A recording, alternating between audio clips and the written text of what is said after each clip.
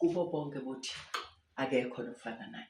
Ngiyithanda nale ngoma lethi kubo bonke oThixo akekho onjengawe, nokuba kuba inxiba zakhe zimile zimingu naphaka awuzimile zimingu naphakade.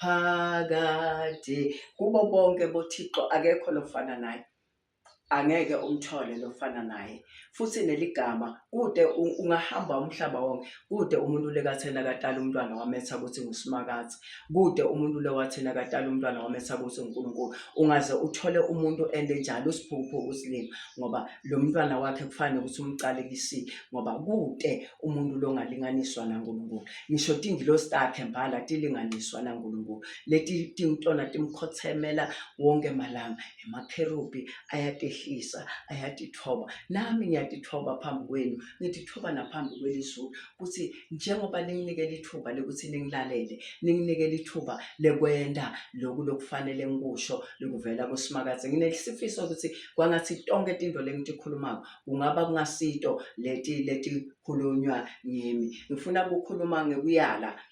Uma sikhona sisemhlabeni siyabayala abantwana bethu. Umntali lo ngabayali abantwana bakhe kusho ukuthi akasikahle. Umntali lokakhulisa abantu bakhe ngokubatotosa akasikahle. Siyababona abantwana labakhule batotoswa, siyababona abantwana laba babomama sibhebi. Umntwana make azahlebe nemntwana wakhe akhulume kabi bomakhelwane, kumlimata lo mntwana loyo. Usuke ungendi kahle, usuke ungamphilisi impilo letamenda abe nelikusasa lelikahle, usuka usiwula, usuke usiphukuphuku semtali, njengoba asho Jobe kumfati wakhe ukuthi wena usiphukuphuku semfati, wena usilima semfati. Nebatali bakhona labathi phukuphuku badiwula, ngoba uthi yena kuthanza umntwana kumtotosa, kuthanza umntwana kumvumela ende inzando yakhe. Umntwana lona 8 years sewuphuma uyodlala nebangane, ahambe libanga lelidze umntwana angadiwane ukuthi uyodlala kuphi, uyodlala kabani. Umntwana akhule athi ukuthi kuhamba ngiyona mpilo. Umntwana athi ahambe la ekhaya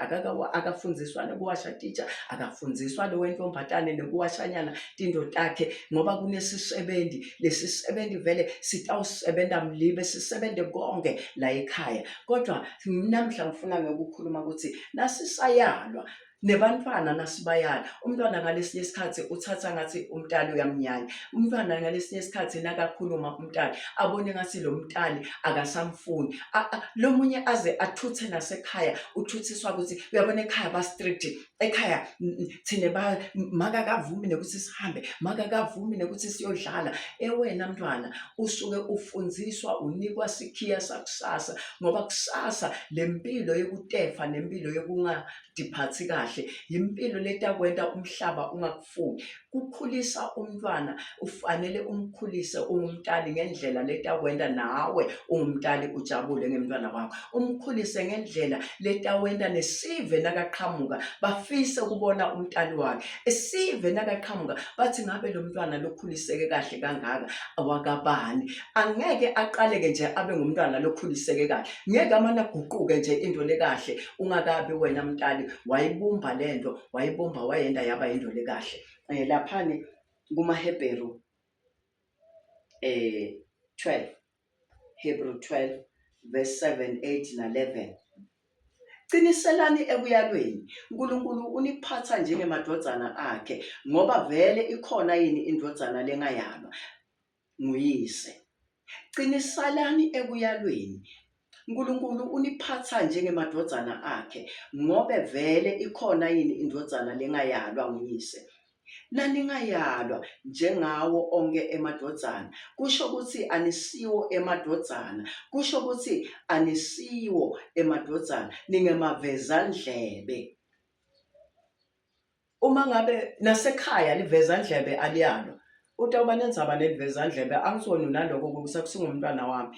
Kodwa kusuka nako lokho uma ungumzalwane usuke wenda into lengasikahle nalo ngasiwakho umntwana uyamyala. Nasemasontweni lithi leli Bhayibheli asicinisele ekuyalweni. Uma ubayala bomake ubatshela ukuthi ebomake asigqokeni kahle, nayo-ke indzaba lebuhlungu, indzaba yokugqoka emasontweni. Nasisayalwa kuvakala kubuhlungu. Abazalwane, into leyenta ukuthi kuthiwa ukuthi kuvakala kubuhlungu nasisayalwako, kodwa tithelo tako tiba tinhle ekugcineni. Kuthi umuntu na umyala, lesinye isikhathi njengalamalanga lesiphila kuwo, bomake bafaka amazipho emasontweni, baruje, bafake nako kwemidoli, bagqoke ukhanzemake ugqoke nempahla le-sleeveless, a sleeveless dress, a sleeveless t-shirt, into lenganamkhono.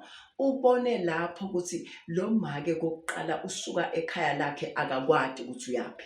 Kwesibili, uthi sekafikile esontweni avamise kufika late ngoba ufuna kubonakala. Letinto letingekho lekafuna tibonakale akakagqoki nakahle. Labo make banamuhla bagqoka nati tinto nati leti tetigqoko leti tebatsi ma-Brazilian.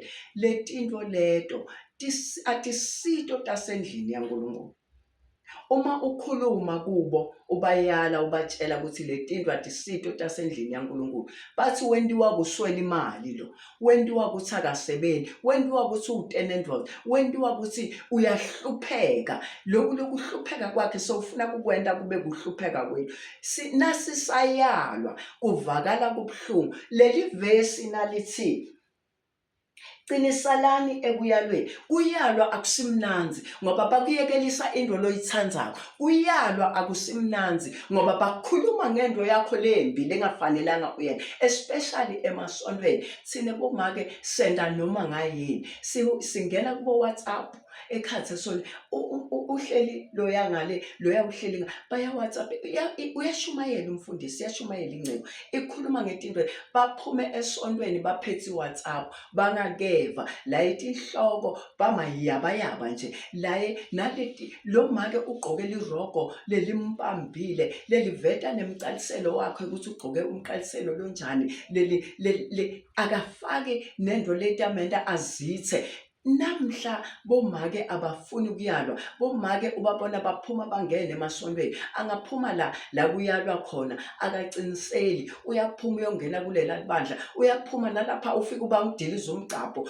Letinto leti tekuthi singafuni ukuyalwa leti tasivimbela singafiki la kuyiwa khona, ngoba uNkulunkulu uyakuyekela angakunaki ngoba wena awufuni ukuyalwa. Lithi leli Bhayibheli qiniselani ekuyalweni ngoba namhla nasisayalwako uNkulunkulu usiphatha njengamadodana akhe. Ngithanda lapha lithi naningayalwa, kusho ukuthi ningemavezandlela.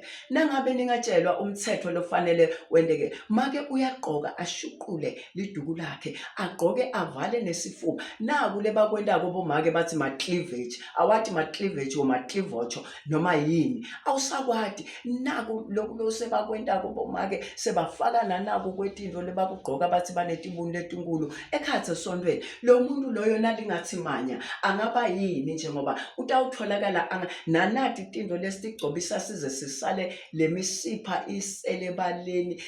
Ukhanzemake ene labafundisi labasikati lasebenta letinto leto basifundziso lebona bacabanga ukuthi sifundziso lesihle tukwe bantu babo lababaholako. Angeke uqale ukhulume lento leyo kumfundisi lomsikati lokaniphatha njalo libandla lakhe, utakutshela ukuthi wami lami lelibandla, yami lenkonzo, bami labantu. Ebafundisi sebane bantu babo, letindlu letikukhondelwa kuto atisasito taNkulunkulu ngoba vele ngiyavuma letindlu lesikhondela kuto setabo bafundisi ngoba lamanyala labawenda lapho uNkulunkulu sewutalile letindlu atisasingcwele setingcolile vele.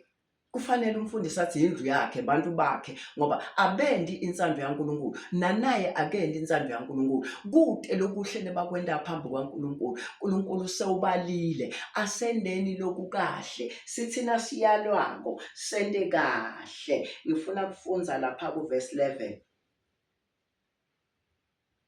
Ngobe ngesikhathi sisayalwa kuvakala kubuhlungu kunekuthi kujabulise. Noko kamuva sivuno saloko kuyalwa sibonakala sinesithelo sekuthula nesekulunga kulabo labaqeqeshwe ngako.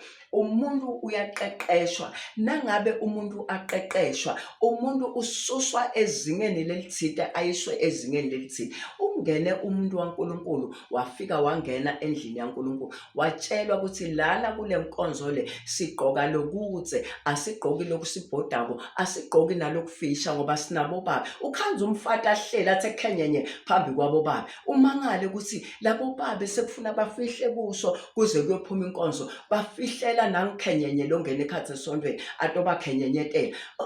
Labafundisi abanankinga labanye nalowo khenyenye, umbona khenyenye akahle endlini yaNkulunkulu. Kodwa lokufanele sikwende kubayala abantu baNkulunkulu bale. Mina vele ngiyabayala bahambile bonke, ngiligocile lithende sisele sibathathu. Laba labathathu nabo nabangasafuni ukukhonda nami abahambe babuyele kwalasha bayosha esihogweni ngoba lelinye ilanga batawubutwa kusakazanga nitshela. Ukhanza umuntu athi qabhe ngemazipho esontweni aze letinto tasathane leti temazipho, letinto lebati fakata bomdoli leti. Ukhanza umuntu bekamuhle untshintshile nawe noma uhlangana naye umbone ukuthi lesimo sakhe akusasiso. Angithi lamashiso wangethi lo munye angasabi ngekungeda i1 meter yonke, hayi nesentimeter, i1 meter solunge lokhu kudonseke kushonele yena ula. Lokunye ukhanza sekuqatekile kuyehla sekuvala leliso.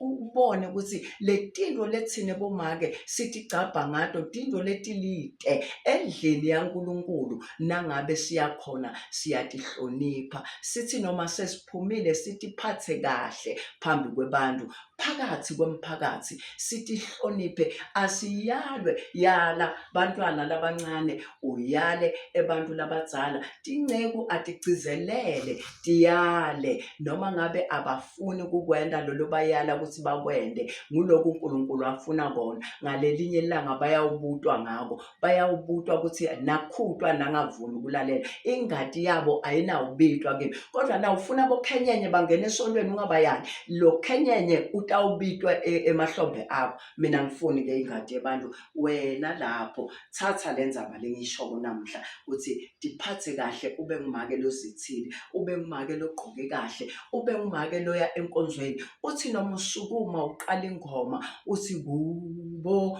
bo kwehlela izulu lehlela kulokuthi ithoba kwakho nenhlitiyo yakho sewayilungisa waba ngumake lokahle. Enhlitiyo yami sengayilungisa ngaba ngumake lonjani lokahle. Nala ngihamba khona ngifakazele ukuthi ngingumake lonjani lokahle. Ngiyambonga kakhulu uNkulunkulu. Asilungiseni bokhenyenye ekhathi etindlini kaNkulunkulu.